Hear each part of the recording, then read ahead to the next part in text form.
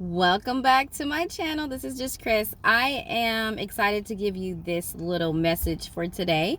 As you can see by the title, the name of the topic that we're talking about today is overcoming your shopping addiction. Now, I know you're probably thinking that's not even a big deal. That's not even a real thing, but it really is. And let me tell you how I know this. I went through this and I experienced this. And most importantly, I've overcome this thing. So just a little quick backstory. I heard a pastor say a long time ago that people who shop a lot are depressed. And I was like, okay, that sounds silly. How can you be depressed if you're shopping all the time? Like, that's happy. That makes you happy. But really, when you dig deep into why are you always spending your money trying to make yourself comforted? Why are you trying to make yourself happy? Why are you trying to make yourself feel better? It's because something inside of you is lonely, or something inside of you is bored, or whatever the case may be. So I found myself experiencing these things, and God basically, I had a conversation with God about this. So yes, it is a real thing, and yes, you can be addicted to shopping. Now, back in college, when I was about 18, 19, between 18 and 20 years old, I remember getting my little Sally Mae check and having extra money on my hands. I had just transitioned from high school to college. So that was actually a very big transfer. Like, that was a very big transition. I don't think people really talk about that a lot, but going from like teenage to transition to like adult college, it's actually a big transition. So I found myself kind of isolating myself, not even realizing it, but just kind of isolating myself and kind of low-key like mildly depressed, because nothing really made me happy. I was having a hard time at school. Like, school was very difficult for me at the time.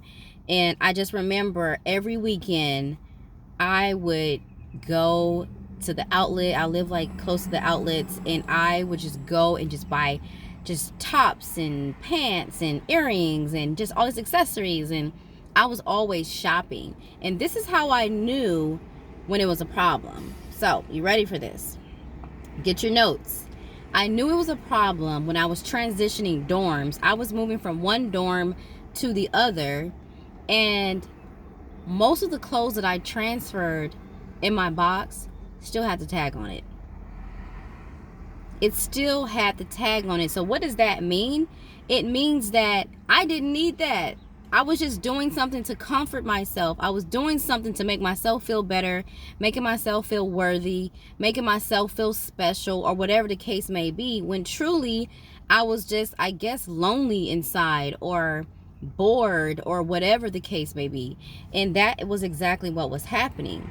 So if you're in a place where you feel like, oh, I gotta treat myself, I just got paid, so I'm treating myself, it's not about that. You need to start having some discipline, because let me tell you what happened. That very next semester, those little loan checks wasn't coming in. Sally Mae was not giving me any more checks, and I didn't know this. That's why people really need to know about college before you get yourself all intertwined in college. Some people need to teach you about loans and all of this type stuff. But anyways, I just remember the very next semester, I was dead broke. I had no money. It was depressing. I had no money, and I thought about all the money that I blew just the semester before, going shopping and trying to make myself feel good. It was not worth it. I had to learn some hard discipline, and I had to learn it very fast. I had lost my job at school because I had failed below a 3.0, so I got on academic probation, which took forever to climb myself and get out of that. But it's like I just started going into this downward spiral, and I'm trying to figure out, just this quick, like literally just like that, I went from shopping all the time, living my best life, to I'm dead broke. I remember when people used to ask me like, oh, we're going to the movies to go see this, da da da, and I remember my mom, I'm like, I can't even afford to go to the movies. I don't even have $8. You know what I mean? Like, it was sad. But I had to realize that moment when I saw all those tags still on the clothes, and y'all ended up just giving it to the Salvation Army. I never even wore it. I had to learn some discipline. So what I did was I prayed about it. I prayed about it, and I asked God, what is this? What is this? This is a problem for me. I had to recognize that. And that's the first thing to really, realize what's happening. You got to really face it. and see yourself. And in that moment, I saw myself. When I saw all those tags on my clothes, I realized I have a problem. This is a problem for me because I'm just buying stuff. I don't even need it. And I never even wore it. So I really want to stress the point of realizing where you're at, realizing it. You know, you have to kind of come face to face with it. Don't lie to yourself and be like, oh, well, I need this, I need that. You know, you don't need it. Trust me, you don't need it. Okay, I have my notes here. So discipline, learning discipline. I asked God, I had a moment with God. So how did I get out of this addiction? Well, the next semester, I can't talk. The next semester, I didn't have no money. You know, I thought the same loans was going to be coming in that next semester. No, they weren't. So all those hundreds of dollars that I blew, I needed those hundreds of dollars that next semester. And I had no idea that the money wasn't going to be coming in the same. So I struggled hard. I had to find a job. I had to work. I had to do all of that stuff. But what I did was, what I learned out of it is that God is good. And he does answer even little prayers that you think is not important. Because I remember asking God to help me. When I go to the department store, I need help. I need to know what I need and what I don't need. So I have these few tactics that I used to do and these limitations that I would set on myself. And I'm going to share those with you. So how do you overcome it? The first thing is obviously recognizing that there's a problem. If you don't think you have a problem, you spend thousands, hundreds of dollars a month on a bunch of clothes that you only wore 1 or 2 times. I remember I had a cousin. She probably won't ever see this video, but I had a cousin that was like, oh yeah, if I get pictured in an outfit, like, I can't wear it twice. And I'm like, girl. Anyways, I'm like, sit down somewhere, please. Sit down, okay? Anyways, I remember just recognizing that. So that's the first thing, recognizing the problem. The second thing is setting limits for yourself.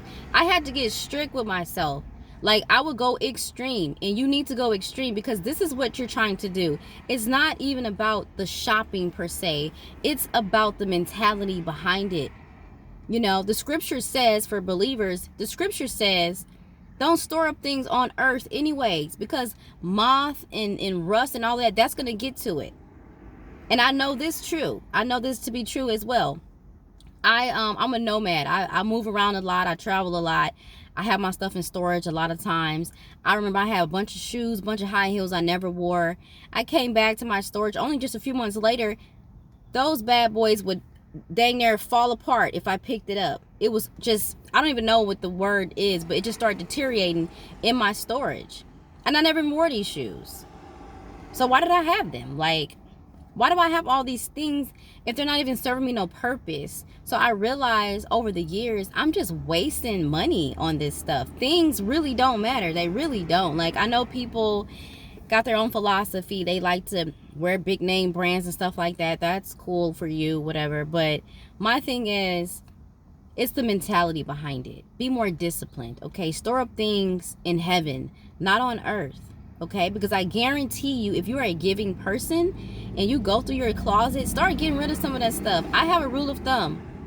If you have not worn it in a year or two, put it in the Salvation Army pile and go and give it to somebody who can actually be wearing it right now. Like, what would you rather do? Have something, a pair of jeans in your closet or 10 pair of jeans in your closet that you have not touched in 4.5 years, when somebody homeless or somebody that's less fortunate could literally be wearing them right now. Like, they could be taking advantage of them right now. Right now, today, they could be wearing them. And you could be the person to help them out. Like, what is more important? So get through those clothes. Get through those shoes. It's no reason for you to have 450 pairs of shoes. Where are you going? You only have 2 feet. Like, let's be serious about it. And let's, like, start checking ourselves about it. I know that I had a real conversation with God. Even to this day, sometimes I'll be in a department store and be like, God, do I really need this? And I know some people like, oh, you don't have to ask God all those little bitty things, but it helps me and it works. And I really want to encourage you to do the same thing. Whatever you need help with, ask God about it. Because I know for me, I'll give you a great example. And I know I'm kind of jumping all over the place. We're going to get to my second point. The first one was recognizing the problem. The second one was setting limitations, and I'm gonna get to that. I was at Walmart and I wanted to buy a cooler. Okay, so the cooler was on sale, right? And you know how we feel like we gotta buy it because it's on sale. I mean, like, we just gotta buy it. You don't. And I remember, I'm like, all these coolers are on sale. I'm going to buy all of them. I think they were really cheap. I don't remember how much they were, but they were cheap. So I put them all in my basket, and I'm getting ready to check out. And I'm like, okay, God, wait a minute. I had a moment. I was like, okay, God, do I really need these coolers? And this is what God asked me. He said, how often? I had just got a cooler earlier that year, right? Because I was like, yo, me and my family, we can go on a picnic or whatever like that, or we could, go to San Antonio or whatever, for the weekend or whatever, and we need a cooler to put our things in, right? So that's what I'm thinking. And I had already got a cooler, prior to buying these, or about to buy these new coolers. And God asked me, how often do you use the cooler that you have? That's all he said. He didn't tell me not to buy them. He just said, how often do you use the one that you have? I have a cooler in my trunk right now to this day. I think I used it twice. That just lets you know you can buy it off of impulse and you don't even need it, because you're going to end up giving it away anyways. You're going to end up, not using it. It's going to collect rust. You're not even going to use it. It's not going to be any use to you, right? So back to that help. Asking God for that help. Because once he asked me that, how often did I use it? I thought about, okay, God, yeah, this will be wasting my money. Because even to this day, I still got that cooler in the back. And I used it like 2 times. So what would I do with 3? Because I was going to buy 3 that day. 3. Now what in the world would I do with 3 coolers? Sometimes it sounds silly, but we do need help. We need somebody to check us. I recently met a guy, and he was just literally, I was like, you spend too much money. And he was like, I don't know what I need and what I don't need. And that's true. Like, sometimes you really can be like that. You really can feel like, do I need these pants? Do I not need these pants? I don't know. I don't know which one I need, And I know it sounds silly, but God can help you with this. You need some discipline. You need to learn how to make a choice. You don't have to buy just because it's on sale, okay? So back to the points. The first one was recognize that you have a problem. You're going to have to recognize that you have a problem. Otherwise, you will never get over the problem. Second thing is setting limits. Setting limits. I used to set hard limits. If I'm going to go and buy a new shirt or a new pair of pants or whatever, I put only that amount of money in cash. That's the only money that I bring. I don't bring my whole cart. Now I got discipline. I've overcome these things. But back in the day, oh no, I couldn't do that. I would have to, only bring the amount of money that I needed, or I would have to sleep on it. And I would recommend that too. So when you go somewhere and you see something that you like, don't get it. Go home and sleep on it. And if you feel the same way about those shoes or whatever the next day, then go and get it, because you really do want it. But if you wake up that next morning and you feel like, A, you probably won't remember. But the second thing is, B, you may feel like, you know what? I don't really need those, because I don't think I have anything to wear with those anyway, or whatever. So I think it helps you consciously think about what you're really getting yourself into. And I know you're probably thinking like, oh, this isn't that serious, but it really is. It's teaching you discipline, because we're not storing up things on earth. We're storing up things in heaven. As a believer, as somebody who's trying to be wise with their money, don't just go and blow it because you have it. I know people right now, the stuff that they tell me they buy stuff, I'm like, why are you blowing money on stuff? Like, you could be putting that money to the side. You could be putting it towards something else. So don't be addicted to shopping, because the truth is you're probably just depressed. You need to find some happiness somewhere else besides spending your money. No, that's really the truth of the matter. And then the last thing is, if you are going to go on a haul, I'm not talking about just buying a pair of pants or buying a belt or whatever. If you're going to go on some big shopping haul, because let's be honest, we have way more than what we need. Let's be honest. You don't need anything. You don't need no new shoes. You don't need no new jacket. You don't need any of that. You just want it. And it's okay. I'm not trying to make you feel bad about shopping. I'm not trying to make you feel bad about doing things nice for yourself. You should. However, I think you should get to a place of discipline, a place of choice, a place of making good decisions. And the last thing was, if you are going to go on a big shopping haul, let's say you're going to go and buy several pair of pants, several belts, several shoes, whatever like that, Go through your closet first. That would be my last advice. Go through your closet first. Round up the things that you have not worn within the last 2 years. If you have not worn it, give it away. I know you got some friends that could probably fit it. I know you got a local Salvation Army or a Goodwill. I really don't like giving my stuff to Goodwill because they be trying to sell that stuff too high. But somewhere, a church somewhere, somebody could be wearing it right now. Like, gather up all those clothes that you can't fit. Oh, I'm gonna lose some weight and get it. No, you're not.